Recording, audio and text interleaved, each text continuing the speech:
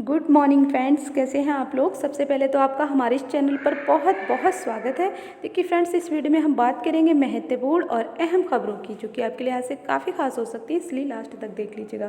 देखिए सबसे पहले बात कर लेते हैं परीक्षाओं के टलने की। कौन सी परीक्षाएँ टाल दी गई हैं।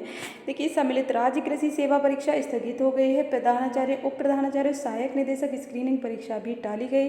तो कोविड की वजह से आप लोग देख रहे हैं कि लगातार परीक्षाएँ टाली ही जा रही हैं और स्थगित हो रही हैं, और इससे लगातार कहीं ना कहीं दिक्कतें भी हैं, क्योंकि परीक्षाएं एक तो हो नहीं पा रही हैं। लोगों को फ्यूचर को लेकर टेंशन हो रही है।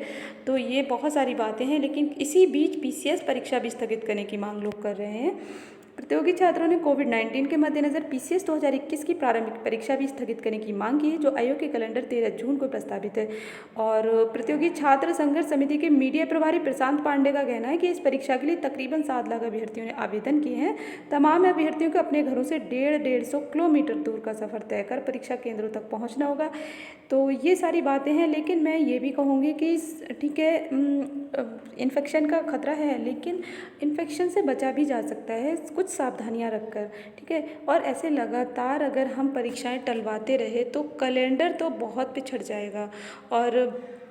और फिर ये स्थिति कब तक सामान्य हो पाएगी, ये भी कहना मुश्किल है। आप लोग चाहते हैं कि जुलाई के बाद हो, तो जुलाई के बाद भी कंडीशन के कोई अभी ये क्लियर नहीं है कि एकदम आसार ठीक ही हो जाए। तो थोड़ा बहुत इन्फेक्शन तो हमेशा बना रहेगा। तो इसलिए आप लोग अपना ध्यान रखें, और मुझे लगता है एग्ज़ाम होना चाहिए। परीक्षाएं नॉर्मली बहुत सारी टाल दी गई हैं, अब ये भी आप लोग टलवाने पर तुले हुए हैं, तो मुझे नहीं लगता ये ठीक फैसला होगा। फ़िलहाल ये मांग ना करें तो बेहतर होगा फ़िलहाल, क्योंकि देखिए परीक्षा ये हो जाती है तो अच्छा रहेगा, क्योंकि अभी मेंस की डेट भी फिर आगे बढ़ेगी, फिर तो ये बहुत पिछड़ जाएगा। फिर तो 22-23 में हो पाएगी कंप्लीट, ये बहुत गलत हो जाएगा। तो टाइम से हो जाए तो अच्छी बात है, अभी टाइम है, आप लोग अपनी पढ़ाई पर ध्यान दीजिए। और ये आप लोग देख लीजिए कौन कौन सी परीक्षाएँ स्थगित हो गई हैं, वो आपको पता ही चल चुका है। लिखा है कि दोनों परीक्षाओं की अग्रिम तिथि सूचना जो है इसके बाद में दे दी जाएगी। तो ये जो परीक्षाएं टाली गई हैं उसकी सूचना बाद में दी जाएगी, क्योंकि स्थिति जब तक सामान्य नहीं हो जाती थोड़ी बहुत भी, तब तक कोई डेट फिर क्लियर नहीं होगी। इसी तरीके से पीसीएस में भी होगा, एक बार टल गई तो फिर टल ही गई, फिर तो कुछ नहीं पता। और कोविड की वजह से देख सकते हैं असिस्टेंट प्रोफेसर की भर्ती परीक्षा पर संकट के बादल। 2003 पदों पर भर्ती के लिए 26 मई से प्रस्तावित है परीक्षा। कोविड के लगातार बढ़ रहे मामलों के मद्देनज़र परीक्षा टालने की तैयारी में यूपीएचईएससी। और यहाँ देख सकते हैं कि 26 मई से प्रस्तावित लिखित परीक्षा पर संकट के बादल मंडरा रहे हैं, यानी कि जो है कोविड-19 लगातार बढ़ रहे मामलों के मद्देनज़र उत्तर प्रदेश उच्चतर शिक्षा सेवा आयोग किसी भी दिन परीक्षा स्थगित करने का निर्णय ले सकता है, यानी कि ये परीक्षा भी अब नहीं होगी। इसके टलने के भी पूरे आसार हैं, और ये जो विभिन्न चरणों में प्रस्तावित है, और पूरे प्रदेश में तकरीबन 1 लाख अभ्यर्थी शामिल होने जा रहे हैं। तो ये सारी बातें आप लोग जानते ही हैं। और 49 विज्ञापन 50 के तहत 49 विषयों में असिस्टेंट प्रोफेसर के 2002 पदों पर भर्ती के लिए ऑनलाइन आवेदन की प्रक्रिया 25 फरवरी से शुरू हुई थी।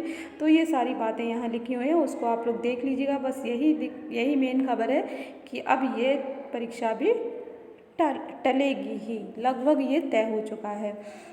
तो यहाँ आप ये देख ही रहे हैं कि सारी परीक्षाएं टल ही रही हैं लगातार, और ये परीक्षाएं कब होंगी ये कहना बड़ा मुश्किल है, क्योंकि फिर तो एक बार टल जाती है तो फिर टल ही जाती है, और फिर स्थिति सामान्य होने का इंतज़ार किया जाएगा। इसलिए हम कह रहे हैं कि मतलब वो जो है पीसीएस अगर हो जाए तो बेहतर होगा, क्योंकि 13 जून अभी टाइम है, तब तक स्थिति थोड़ी बहुत सामान्य हो सकती है। और तब तक आप लोग अपना ध्यान रखिए, अपना फैमिली भी अगर कोई दिक्कत है तो वो भी तब तक दूर हो जाएगी। पढ़ते रहिए, थोड़ा एक कंटिन्यूटी बनाए रखिए। प्रदेश में कक्षा 1 से 8 तक के जो स्कूल हैं 20 मई तक बंद कर दिए गए हैं। प्रदेश में कोरोना संक्रमण के बढ़ते प्रकोप को देखते हुए सरकार ने कक्षा 1 से 8 तक के सभी स्कूलों को 20 मई तक बंद कर दिया है। तो 20 मई से 30 जून तक स्कूलों में फिर ग्रीष्मावकाश शुरू हो जाएगा, तो लिहाजा अब स्कूल जो है 1 जुलाई को ही खुलेंगे। तो 20 मई तक कोविड की वजह से, फिर इसके बाद ग्रीष्मावकाश, यानी कि अब जो है जुलाई में ही स्कूल खुलेंगे। तो ये चीज़ है, अब आप यहाँ पूरी बातें ये पूरी देख सकते हैं। तो और दूसरी तरफ हम लोग ये बात कर लें एलटी पोर्टल की। फ़िलहाल इसमें खबर नहीं दी है, लेकिन मैं अपनी तरफ से आपको बता दूं कि जो है ठीक है, स्कूल जो है लगभग अब सारे ही जो भी है विद्यालय लगभग जुलाई से ही नियमित हो सकेंगे, जहाँ तक आसार यही है। लेकिन हम लोगों की काउंसलिंग मई में ही कंप्लीट रहनी चाहिए, तभी जुलाई में हम लोगों को ज्वाइनिंग मिल पाएगी, वरना जुलाई भी भूल जाइए।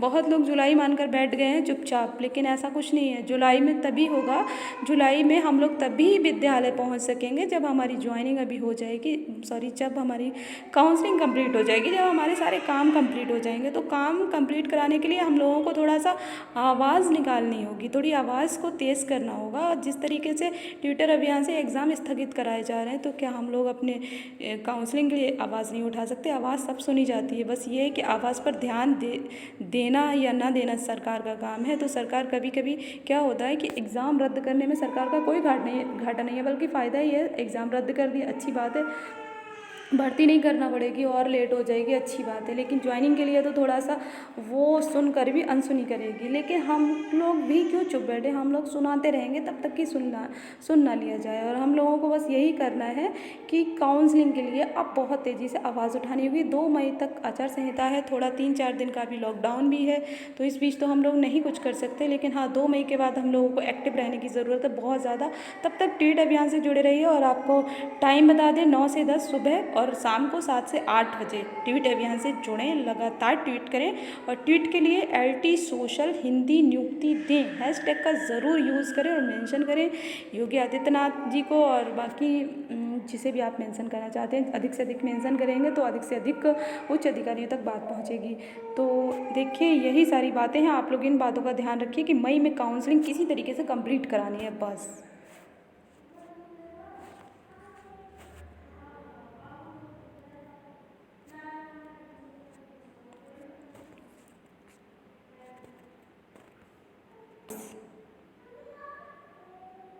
तो प्रदेश के परिषदीय स्कूलों के शिक्षक 20 मई तक घर से ही करेंगे काम, और सचिव बेसिक शिक्षा परिषद ने जारी किया आदेश, तो अब घर से ही कार्य करना होगा। और प्रतियोगी परीक्षाओं के टलने से युवा परेशान, परीक्षाओं की तैयारी में जुटे छात्र मायूस। तो ये है कि जो लोग भाई अपना लगातार एम डिसाइड करके बैठे हैं, टारगेट डिसाइड करके बैठे हैं, तो उन लोगों को टेंशन भी होती है। ऐसा नहीं है कि भाई कोविड की वजह से परीक्षाएं टल रही हैं तो खुशी है, ठीक है थोड़ा टाइम और मिल जाएगा, नहीं।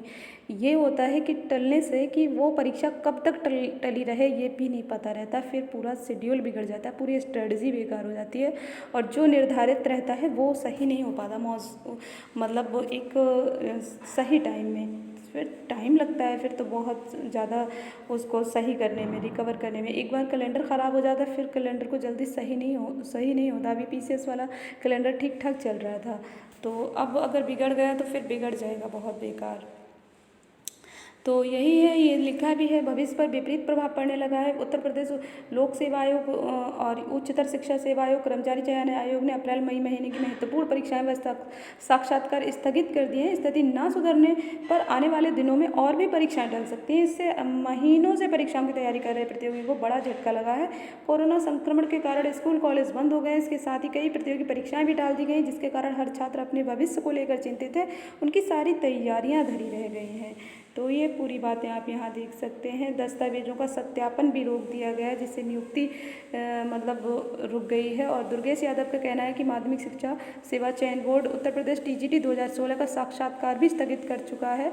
तो इन दिनों जिस तरह के हालात हैं उसमें परीक्षाओं की नई तारीखें घोषित होने के आसार भी अभी नहीं है। तो इस तरीके से कहीं ना कहीं मतलब दिक्कत ही है पूरे प्रतियोगियों के लिए, ये एक चिंता का विषय है।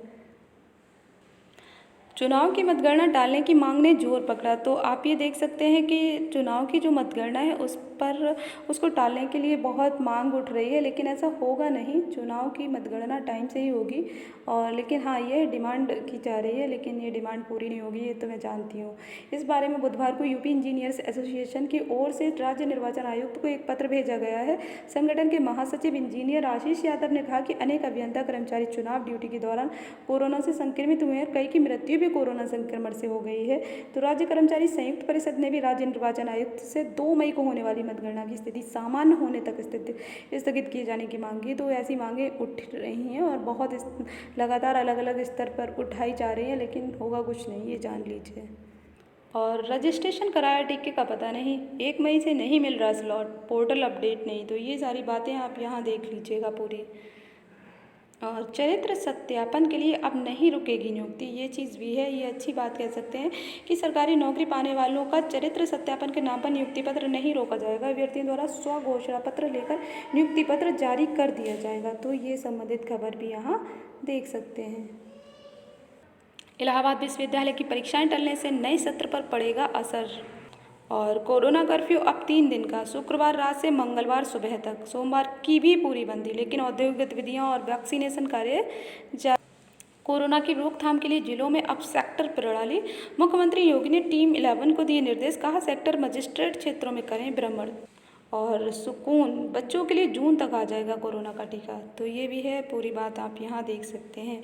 तो चलिए इस वीडियो में इतनी ही अहम खबरें, बाकी और अपडेट होगी तो आप हमसे जुड़े रहिए। Thank you, bye bye.